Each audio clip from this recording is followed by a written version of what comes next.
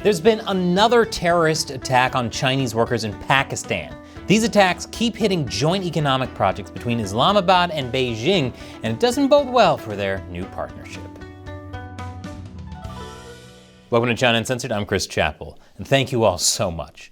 You are incredible, and within just 1 week, you helped us raise more than $32,000 to build our new censorship-free China Uncensored website. I'm seriously in awe of how amazing China Uncensored viewers are. Thanks to your support, we should be ready to launch this amazing new website in just a few weeks. We'll be giving you exclusive episodes, special live streams, and a members-only chat.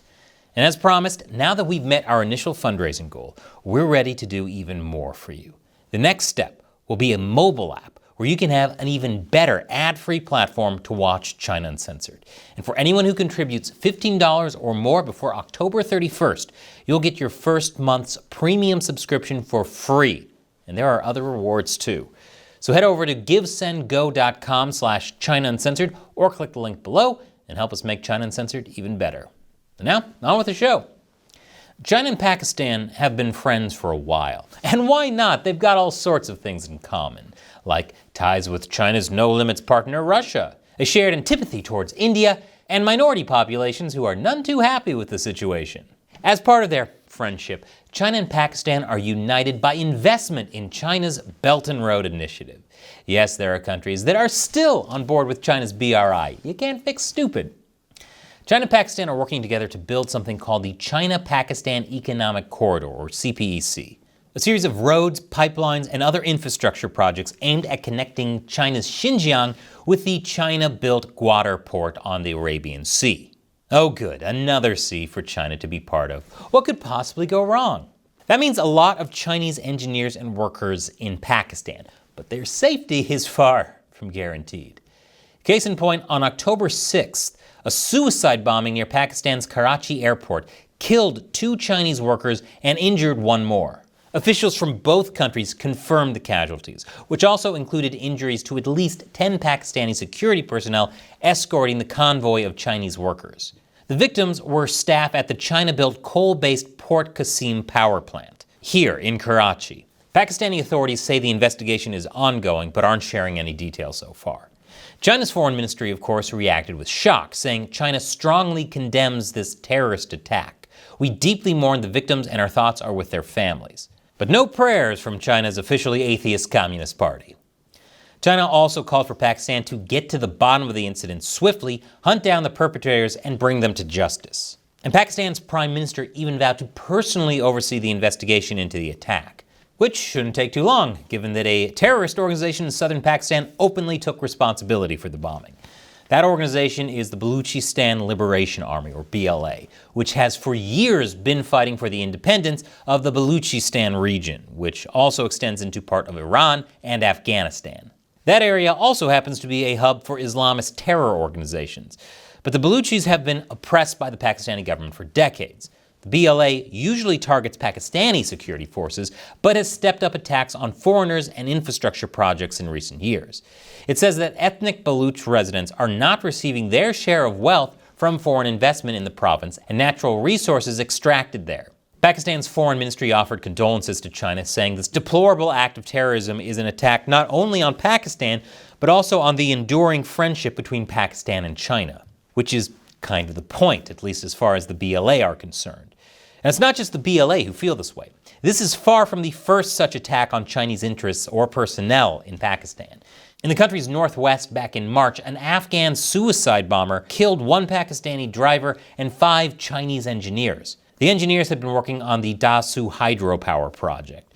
And the bombing resulted in a temporary halt by Beijing on work on a few dams in the country. We covered that in an episode, I'll put a link below. In July 2021, another suicide bomber in northwest Pakistan killed 9 Chinese nationals and 4 Pakistanis working on another dam. Initially, local authorities claimed it was a road accident. You know, where it spontaneously explodes like roads do. The CCP insisted it was a bus bombing, and Pakistani officials later confirmed this. Then in 2022, 3 Chinese teachers and their Pakistani driver were killed by a female suicide bomber in their van on the University of Karachi campus. Kind of makes you wonder why China keeps working with Pakistan, given that the country is perpetually corrupt, unstable, and on the verge of bankruptcy. Although I guess China knows what that's like. This recent bombing attack is especially significant because it happened right before this week's Shanghai Cooperation Council meeting in Islamabad. Pakistan is preparing to curb the movements of Chinese nationals for their own safety during the summit, which, considering that it was created by China and mostly for China's benefit, is pretty inconvenient and humiliating. Nothing says cooperation like having to be under heavy protection so you're not murdered.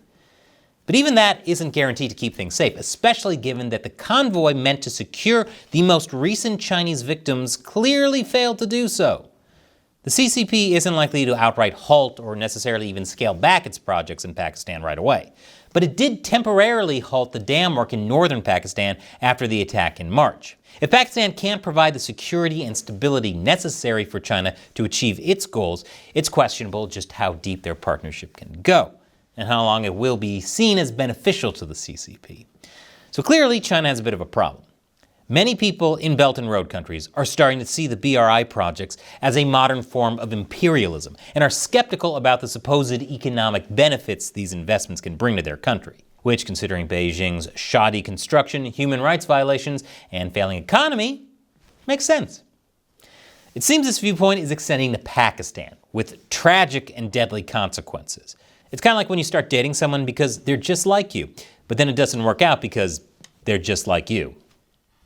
That's not likely to help China in the long run either, because who will want to keep spending billions of dollars amidst an economic crisis at that on projects that keep getting attacked? And who would want to keep going to work where you can be a target, even with a security detail? Unless the Pakistani government can really and truly ensure the safety of Chinese nationals, this friendship just might be another road to nowhere.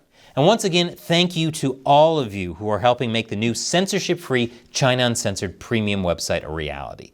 And for everyone else, there's still time to be part of this and get some cool rewards too. So click below to visit givesendgo.com/China Uncensored, pledge your support, and leave a comment for me to read about what you hope to see on the new website.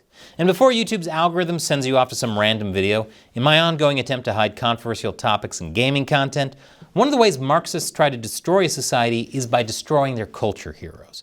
The slandering of Columbus is a perfect example, which I talk about in this video on Diablo 4. Click here and let me know what you think. Once again, I'm Chris Chappell. See you next time.